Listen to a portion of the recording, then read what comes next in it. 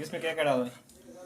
इसमें अदरक के पेस्ट, लहसुन के पेस्ट, आणि गरम मसाला, अंडे, आणि जाके थोड़ा सा नींबू, आणि कंटकी मसाला सब डालना पड़ता है।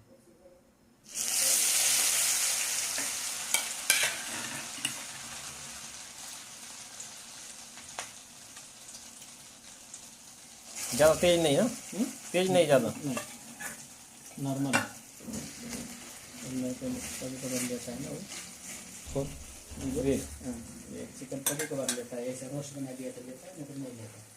मित्रांनो, हे आहे चिकन रोस्ट। चिकन रोस्टची रेसिपीमध्ये काय काय लागतं ते आपण त्यांच्या तोंडून ऐकलं आहे। ही नेपाळ स्टाईल चिकन रोस्ट आहेत। हे आमचे नेपाळचे मित्र आहेत भीम बहादूर मगर म्हणून, तर त्यांच्या घरी आम्ही ही रेसिपी बनवतोय आणि याला आपल्याकडे कंटकी म्हणू शकतात, परंतु ते रोस्ट आहे, एक प्रकारचं रोस्ट आणि कंटकी एकच प्रकार आहे, परंतु कमी तेलामध्ये वेगवेगळ्या गोष्टी टाकल्यानंतर अतिशय चविष्ट हे बनते। वास तर छान सुटला आहे।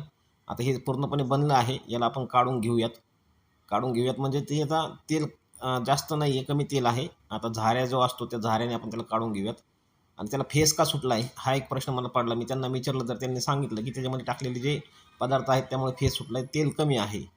आता हे तळलंय आणि भाजलंय पण असं आपण म्हणू शकतो, त्यामुळे याला चिकन रोस्ट असं नाव दिलं आहे।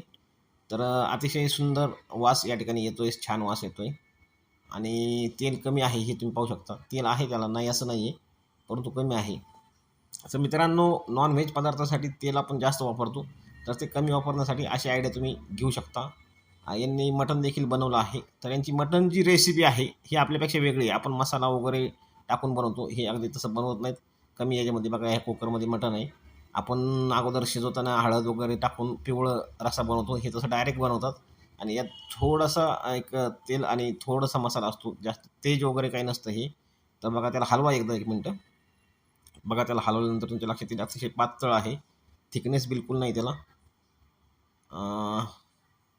काढून घेऊया आपण। खाणारे दोघंजण आहेत, चिकन रोस्ट आणि हे मटण उक्कड, आणि हे चपाती रोटीसोबत जास्त रस्सा वगैरे खात नाहीत, त्यामुळे रस्सा कमी बनवला आहे। आपल्याला जर खायचं असेल तर आपण असं बनवू शकतो।